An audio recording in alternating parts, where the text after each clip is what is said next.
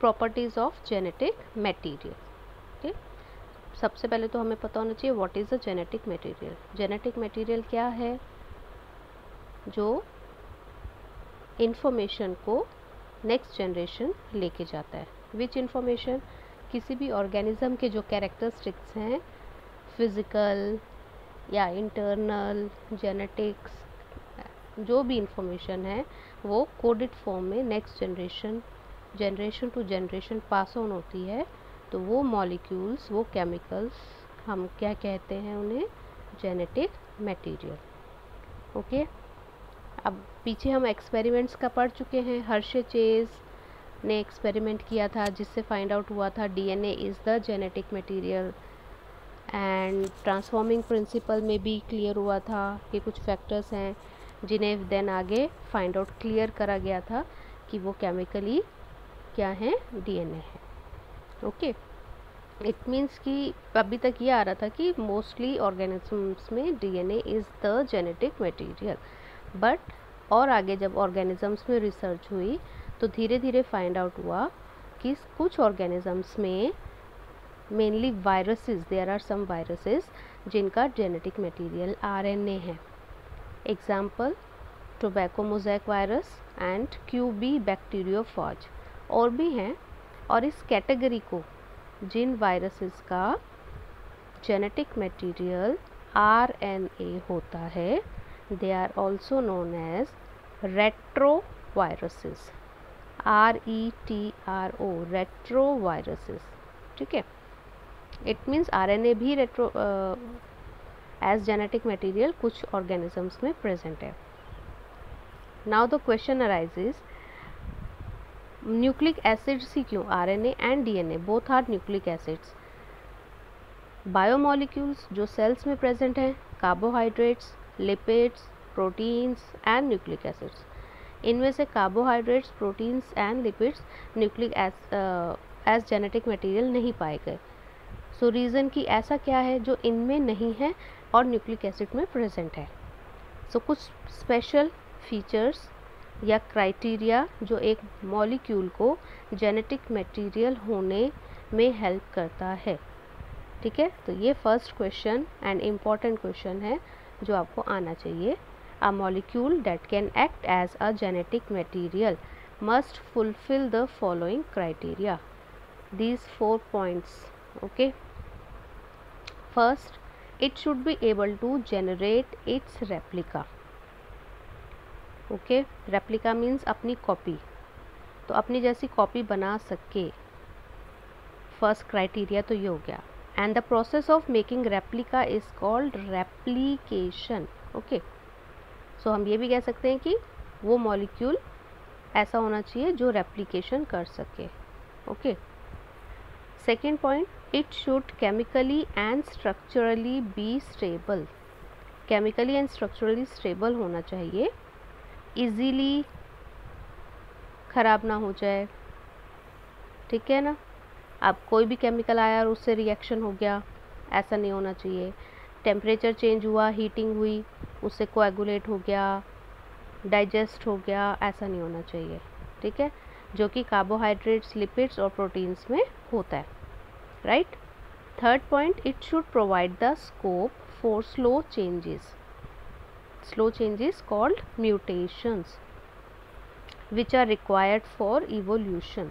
okay, slowly environment में changes के साथ साथ organism के अंदर भी कुछ changes आते हैं, आने चाहिए, जो उनको environment में survive करने में, adapt करने में help करते हैं। okay, so slow changes should be there. And fourth point is it should be able to express itself in the form of Mendelian characters. Mendelian ratio जो है, phenotype जो है, उस फॉर्म में वो मॉलिक्यूल खुद को एक्सप्रेस कर सके। वो मॉलिक्यूल तो जेनेटिक इंफॉर्मेशन को कोडेड फॉर्म में लेके बैठा है, बट वो जब तक एक्सप्रेस नहीं होगा हम उसको कैसे पहचान पाएंगे। ओके, सो उसका एक्सप्रेशन में आना इम्पॉर्टेंट है। So these are the 4 points, 4 criteria for a molecule. ठीक है, जो इसको फुलफिल करेगा वो जेनेटिक मटेरियल हो सकता है। ओके, तो चलिए अब हम स्टडी करते हैं कि डीएनए और आरएनए में ये चारों पॉइंट्स कितने वैलिड हैं, कितना वो इनको फुलफिल करते हैं। फर्स्ट पॉइंट, ठीक है, और ये बन जाता है हमारा क्वेश्चन नंबर 2 कि डीएनए या आरएनए जो न्यूक्लिक एसिड है वो जेनेटिक मटेरियल कैसे है। और साथ में ये भी इस तरीके से भी पूछ सकते हैं, why DNA is a better genetic material than RNA. So points यही हैं जो अब हम स्टडी करेंगे, जो इस क्वेश्चन में आएगा आंसर में। ओके, फर्स्ट तो एग्जामिनेशन जो भी टेस्टिंग एक्सपेरिमेंट्स हुए उससे पता चल गया था कि जो न्यूक्लिक एसिड्स है they have the ability to direct their duplication, मतलब वो अपनी कॉपी बना सकते हैं। डीएनए की भी कॉपीज़ बन रही हैं, आरएनए भी अपनी कॉपी बना सकता है, यानी कि जो फर्स्ट पॉइंट था रेप्लिका बनाने वाला, रेप्लिकेशन, वो दोनों करते हैं। Okay, protein, carbohydrates and lipids अपने रेप्लिका नहीं बना सकते। सेकेंड पॉइंट था स्टेबिलिटी का। Genetic material should be stable enough not to change with different stages of life cycles, age और with change in physiology of the organism। Genetic material के अंदर change नहीं आने चाहिए थे, है ना। सेल की एज बढ़ गई, ऑर्गेनिज्म की एज बढ़ रही है, कुछ भी हो, लाइफ साइकिल की कोई भी स्टेज हो, लेकिन बाकी चीज़ों में चेंज आ सकता है, बट जेनेटिक मटेरियल के अंदर चेंज नहीं आना चाहिए। ठीक है, और इसके लिए हमने डीएनए का जो एक्सपेरिमेंट था जिसमें उन्होंने एस स्ट्रेन आर स्ट्रेन वाला किया था, उसमें हमने हीट किल भी किया ना। हीट किलिंग के बाद भी बाकी सब चीज़ें तो ख़राब हो गई, डीनेचर्ड हो गई, बट डीएनए रहा था। इट मीन्स डीएनए इन सब टेम्परेचर चेंजेस को या जो भी और चेंजेस हो रहे हैं सेल में उनको सरवाइव कर सकता है। ओके, अब इस मीन्स कि डीएनए स्टेबल हो गया, है ना। सेकेंड, डीएनए की स्टेबिलिटी का क्राइटेरिया हमको क्या दिखाई देता है कि इसके पास 2 स्ट्रैंड्स हैं। DNA has double 2 strands, RNA में सिंगल स्ट्रैंड है। डबल स्ट्रैंड होने से वो एक दूसरे को स्ट्रक्चरली भी सपोर्ट कर रहे हैं एंड एक दूसरे के साथ बॉन्ड बनाने के वजह से वो बाहर के किसी मॉलिक्यूल के साथ इजीली रिएक्ट नहीं कर रहे। बट आरएनए के अंदर सिंगल स्ट्रैंडेड है, तो उसके पास जो मॉलिक्यूल्स जो साइड में रिंग्स प्रेजेंट हैं या कुछ और केमिकल प्रेजेंट हैं, they are exposed for chemical reaction, so वो केमिकली अनस्टेबल है। उसके पास आरएनए के पास एक OH ग्रुप भी प्रेजेंट है जो डीएनए में एब्सेंट है, एक्स्ट्रा है ना, आरएनए में एक्स्ट्रा है ना। ठीक है, ये इसकी वजह से भी अनस्टेबल होता है क्योंकि ये रिएक्शन करता है। It is a reactive group and makes RNA labile. Labile means reactive, तो अनस्टेबल हो गया। ठीक है, RNA is also known to be catalytic. RNA कहीं कहीं पर कुछ रिएक्शन में एज कैटालिसिस कैटालिटिक भी काम करता है, कैटालिटिक एंजाइम के तौर पे भी काम कर रहा है। सो जब कैटालिटिक एंजाइम के तरीके से कर रहा है यानी वो किसी और रिएक्शंस में इन्वॉल्व हो रहा है, सो वो स्टेबिलिटी उसकी वहाँ पर लूज हो जाती है। Okay, DNA it means is more stable, it is chemically less reactive, ठीक है, and structurally more stable। Clear. Stability में एक और चीज़ हेल्प करती है, यूरेसिल, जो कि आरएनए में प्रेजेंट है, जो it is a reactive material. ठीक है, यूरेसिल मोर रिएक्टिव है as compare to thymine. Thymine present कहाँ है, डीएनए में, सो ये भी डीएनए को स्टेबिलिटी देता है। ओके, तो presence of OH group, presence of uracil and being single stranded, ये 3 रीजंस हैं जो आरएनए को अनस्टेबल बनाते हैं कंपैरेटिव टू डीएनए। ओके, ये तो हो गया स्टेबिलिटी का इशू। जहाँ चलिए अब हम आ जाते हैं थर्ड पॉइंट पे। थर्ड क्राइटेरिया क्या था हमारा, म्यूटेशन।